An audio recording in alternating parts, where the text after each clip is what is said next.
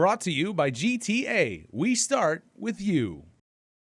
You may have seen Kayleen McCabe on television's The DIY Network as the affable host of the show Rescue Renovation.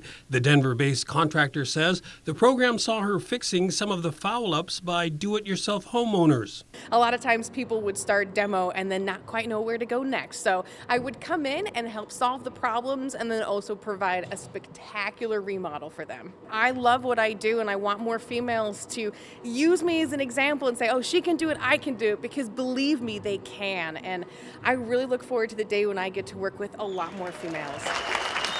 She was invited here by the Labor Department, the Guam Contractors Association, and the Guam Hotel and Restaurant Association to speak on women in the construction industry. She is a strong advocate of trades education. I really want students and parents and even veterans to know that there are amazing career opportunities and where you can earn while you learn. So there's a lot of education that goes into working in construction, and now there's a lot of resources on how to either offset the cost or, like I said, make money while you're learning a trade. The main goal of the forum is to encourage companies to take part in the registered apprenticeship program where they can earn tax credits by participating. It is important to invest in your employees. It takes a long time to learn a trade, and sometimes that's upward of 4 years. And so that is an investment on the employer's part to take the time to find someone they want to do that with. It's amazing that Guam has helped offset that cost and really providing some tax incentives to encourage employers to take that risk, because believe me,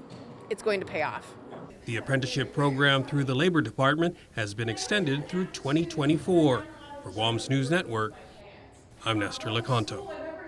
Brought to you by GTA. We start with you.